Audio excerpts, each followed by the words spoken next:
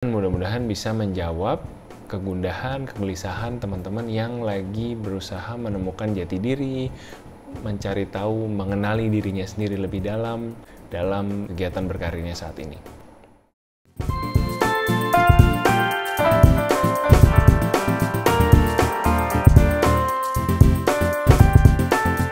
Hai guys, nama gue Samuel.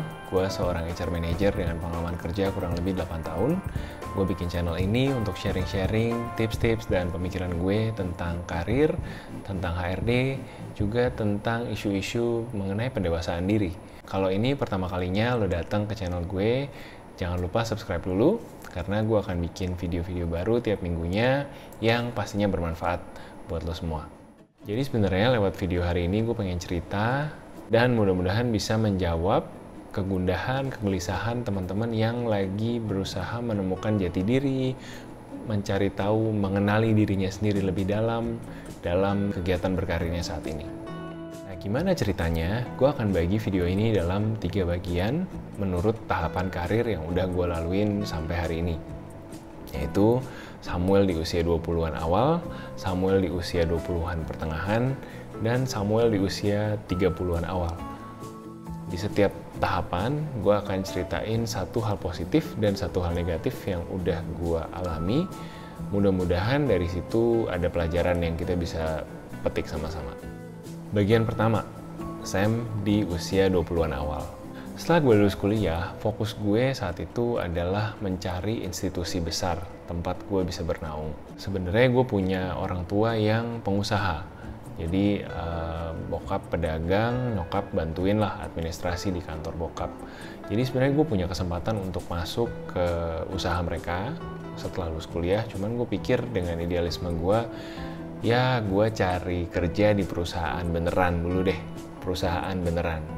Jadi yang gedungnya tinggi kantornya, yang logonya mungkin terpajang di salah satu menara tinggi di Jalan Sudirman, yang kalau ke kantor pakai lanyard, ada tap in tap outnya gitu. Jadi menurut gue yang pada saat itu baru lulus kuliah, seperti itulah pengalaman kantor yang sebenar-benarnya. Dan best practice untuk belajar berkarir, belajar ngantor, bisa gue dapetin dari perusahaan-perusahaan yang besar tadi. Jadi yang jadi fokus gue saat itu adalah gue ngelamar ke perusahaan-perusahaan besar, pokoknya sebisa mungkin yang kantornya ada di Jalan Sudirman atau di Tamrin. Pencarian gue berakhir akhirnya di sebuah bank multinasional. Gue berhasil dapat kerja di bank multinasional di Jakarta. Wah, gue bangga luar biasa. Waktu itu kerjanya pakai kemeja, pakai dasi, kemejanya lengan panjang yang sampai ujung harus dikanci, selalu harus rapi dan segala macem. Jadi buat gue itu tuh perusahaan yang beneran kayak gitu. Padahal kerjaannya ya biasa-biasa aja. Kalau dilihat gue sehari-harinya, kerjaan gue yang arsip, filing dokumen, fotokopi, ngerapiin file, nganter dokumen ke sana ke sini. Jadi benar-benar kerjaan awal gue adalah sesuatu yang sederhana, bisa dibilang gitu. Cuman gue tetap ngerasa keren karena ya gue bagian dari sebuah perusahaan multinasional. Jadi di awal usia 20-an, Samuel mencari perusahaan besar. Positifnya apa? Ya benar, perusahaan besar adalah tempat yang dikenal semua orang. Ketika gue taruh nama besar perusahaan tersebut di CV gue otomatis jadi bagus, dan pekerjaan selanjutnya ketika gue cari kerja lagi itu lebih gampang. Itu benar. Negatifnya kerja di perusahaan besar adalah perusahaan besar membatasi ruang gerak gue dan menjadikan gue spesialis. Gue hanya ahli di satu bidang yang memang jadi kewajiban gue sehari-hari. Sedangkan kalau gue bekerja di perusahaan startup atau perusahaan yang lebih kecil, mungkin kesempatan untuk belajar di aneka ragam tanggung jawab bisa lebih terbuka. Karena orangnya sedikit, jadi otomatis satu orang harus merangkap pekerjaan 2 atau 3 orang yang berbeda-beda. Bagian kedua adalah Samuel di pertengahan usia 20. Setelah gue bekerja beberapa lama, gue mulai menyadari bahwa kebutuhan hidup gue mulai meningkat.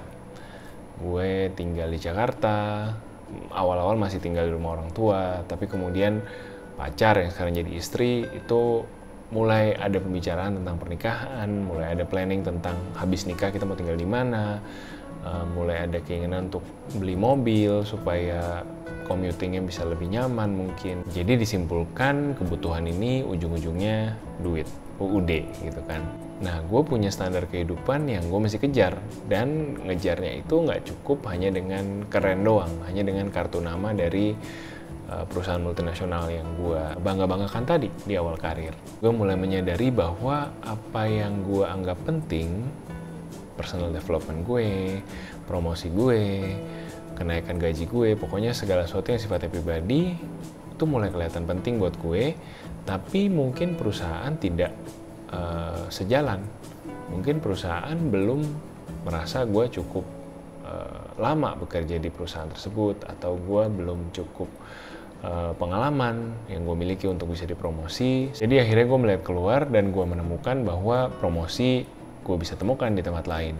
Dan seperti teman-teman yang udah follow gue di Instagram juga pasti udah tahu, gue sering banget share bahwa dalam 8 tahun bekerja akhirnya gue sudah mencicipi bekerja di 6 perusahaan.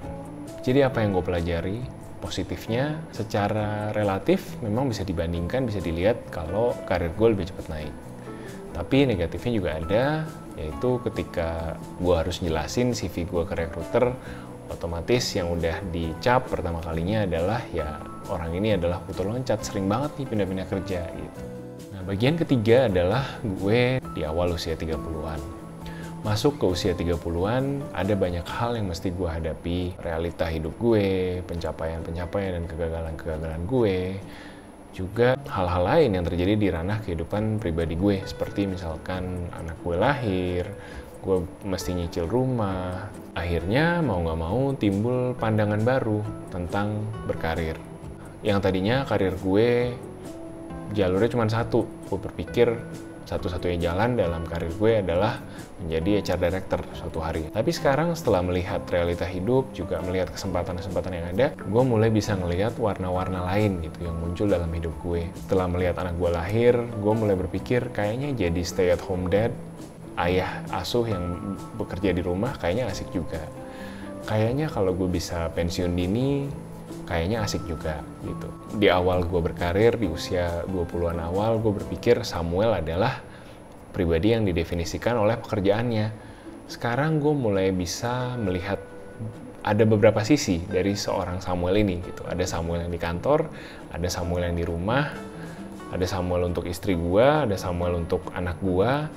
Jadi hidup gue tuh sebenarnya banyak warnanya gitu. Itu yang gue sadari akhir-akhir ini. Jadi positifnya apa dari pengalaman ini? Gue merasa saat ini gue punya self-image atau gambar diri yang lebih sehat. Gue bisa melihat diri gue tidak menempel dengan karir gue, tidak menempel dengan jabatan, atau tidak menempel dengan gaji gue. Tapi ya Samuel adalah seorang pribadi, seorang manusia yang utuh dengan segala kelebihan dan kekurangan dan warnanya yang macam-macam. Negatifnya apa? Mungkin gue ngelihatnya gini, dengan diri kita yang terbatas, dengan waktu kita yang terbatas, harus ada pengorbanan-pengorbanan yang kita harus lakukan gitu. Harus ada pilihan-pilihan yang kita ambil, harus ada prioritas-prioritas yang kita utamakan di luar prioritas yang lain. Jadi prioritasnya sekarang adalah gimana kita bisa menyeimbangkan semua porsi-porsi hidup yang berbeda ini. Bagian keempat, kesimpulannya, karir adalah salah satu cara kita untuk menemukan penghidupan, untuk bikin dapur kebul kalau orang dulu bilang. Jadi ketika kita dianugerahi pekerjaan, maka kita harus bertanggung jawab dan melakukannya sebaik-baiknya. Kita harus mencapai skill yang maksimal untuk bisa dihargai dan dihormati di pekerjaan kita. Tapi seiring bertambahnya usia, seiring bertambahnya momen-momen hidup, ketika kita menikah, punya anak, punya rumah, dan sebagainya, kita bisa jadi mengalami pergeseran mindset. Itu nggak apa-apa, teman-teman nggak perlu merasa bersalah, teman-teman nggak perlu merasa kurang sayang sama kantor, karena ya hal tersebut adalah bagian yang biasa dari kehidupan kita. Tentang membangun karir, jangan lupa bahwa karir teman-teman adalah tanggung jawab teman-teman masing-masing. Mungkin akan ada saat-saat di mana apa yang teman-teman cari tidak bisa teman-teman temukan di perusahaan yang sekarang. Baik itu promosi, kenaikan gaji, atau mungkin tantangan dari sisi pekerjaan sudah tidak menantang lagi. Ketika itu terjadi, ingat bahwa karir teman-teman ada di tangan teman-teman sendiri. Dan siapa yang paling bertanggung jawab untuk kemajuan karirnya? Ya siapa lagi kalau bukan kita sendiri. Sampai di sini dulu sharingnya, mudah-mudahan bermanfaat. Kalau teman-teman masih punya pertanyaan, kirim email ke tanyakosem@gmail.com.